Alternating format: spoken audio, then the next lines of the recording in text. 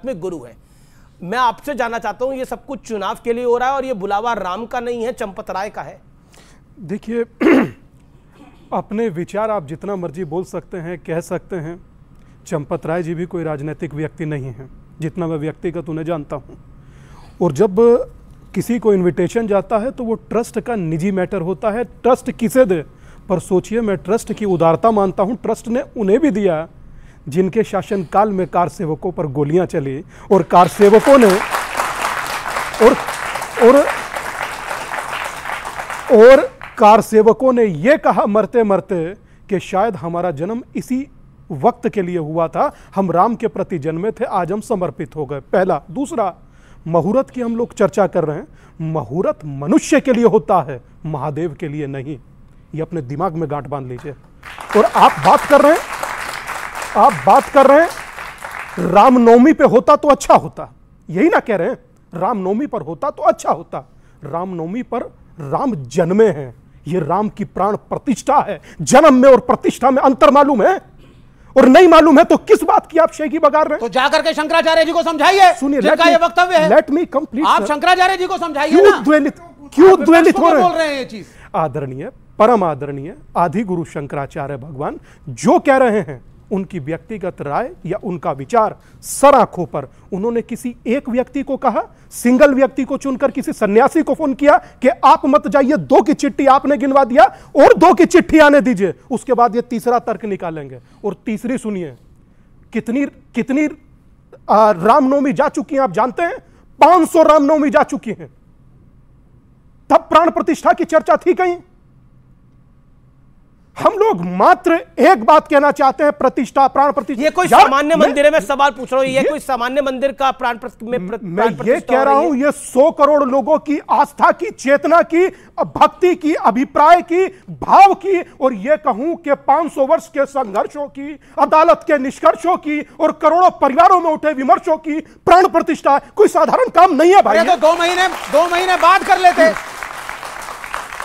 एक बात 2 महीने बाद कर लेंगे। 10 सेकंड। अब एक आप मंदिर बन जाता तब कर लेते नहीं, मेरे को इसके बाद मुझे इसका संजीव झा और मिश्रा जी के पास भी आना पड़ेगा। एक बात कह रहा हूं बड़े सहसम्मान जी, मैं बिल्कुल विवेक भाई के स्तर पर नहीं उतरना चाहता। बस मैं इतनी सी बात कहना चाहता हूं, क्या जितना हम लोगों को टोका जाता है, जितना सनातन को उन्मूलन की बात की जाती है, इस भगवा पर प्रश्न चिन्ह उठाया जाता है, भाई साहब यही प्रश्न चिन्ह उठाने की हैसियत, औकात आपकी किसी दूसरे पर है?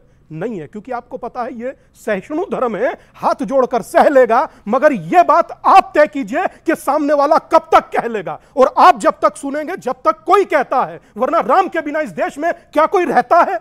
कोई नहीं। जी। एक लाइन बोली स्वामी जी ने, बोला कि राम के बिना इस देश में कोई रहता है। क्या आपको लगता है कि माना कि प्रधानमंत्री प्राण प्रतिष्ठा करने के लिए जा रहे हैं, लेकिन अगर विपक्ष चला जाएगा तो क्या किसी का घट बढ़ जाएगा? क्या आपको लगता नहीं है कि न्योता तो सबको मिला, अगर चाहना है तो चले जाते, इसमें हर्ज क्या था?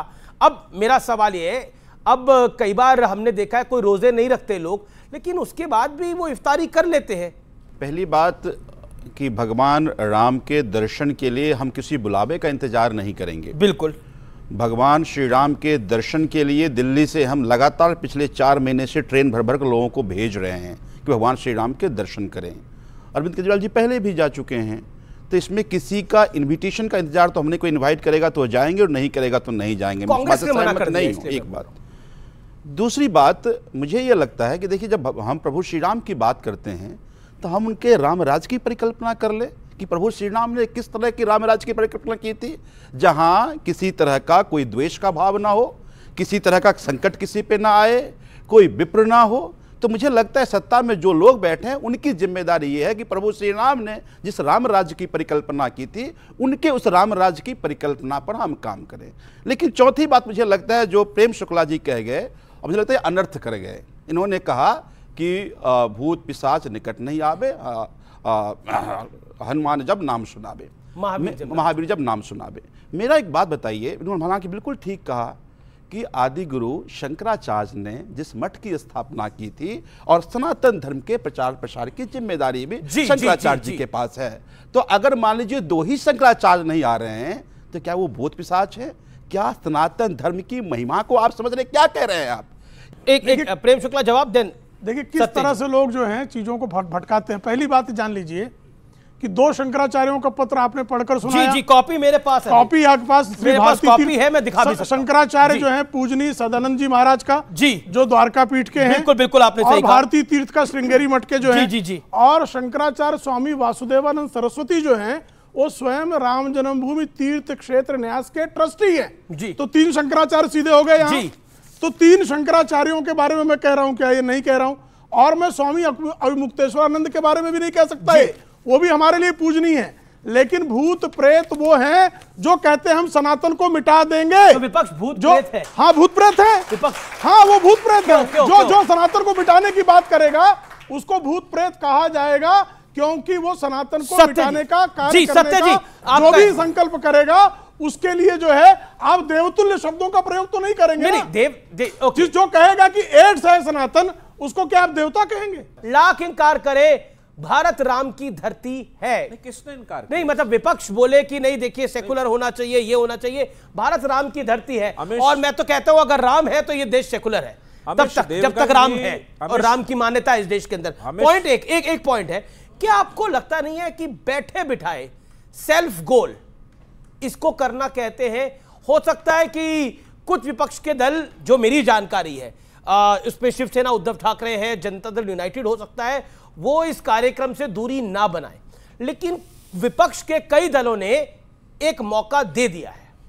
अमिश देवगन जी, मैं शुरुआत वहां करूंगा जो आपने कहा राम सबके हैं। विपक्ष ने कब भारत के प्रधानमंत्री स्वर्गीय श्री राजीव गांधी के प्रयासों से वहां का ताला खुला था? झूठ है नहीं, ये झूठ नहीं है, ये झूठ नहीं है, आपके बीच में वो नहीं बोले, ये झूठ ये आप प्रमाण दीजिएगा पहले, इनके पास बड़का झूठा पार्टी से मैं यही उम्मीद करता था। नहीं, जनता दल मुस्लिम से मैं यही उम्मीद करूंगा। बड़का झट्टा पार्टी से मैं यही उम्मीद करता हूँ। बीच में प्रेम शुक्ला अब मैं क्या है ना, अब उनके पास एक क्या दिक्कत है बताऊं अमिश जी, जब आधी अधूरी हनुमान चालीसा पढ़ने का प्रमाण यही होता है। नहीं, पूरी हनुमान चालीसा सुना देता हूं अभी। उसमें पहला ही दोहे में है, बल बुद्धि विद्या देहि मोहि हरहु कलेश विकार। न इनका कलेश दूर हुआ ना विकार दूर हुआ, ये भूत पिशाच के चक्कर में पड़ गए।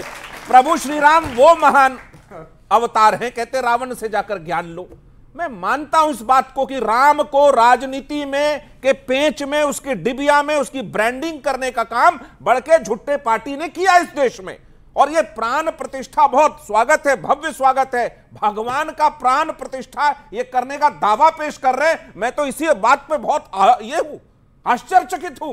अरे हमारे को जिसने प्राण दिया, हमें, हम जिसके सृष्टि से चलते, जिसके ऊर्जा से चलते, उसकी प्राण प्रतिष्ठा करने का ये जो अहंकारवश निमंत्रण है चंपत राय का, उससे लेकर किसी पार्टी को यदि थोड़ी और सुविधा है उसको ये नहीं कह सकते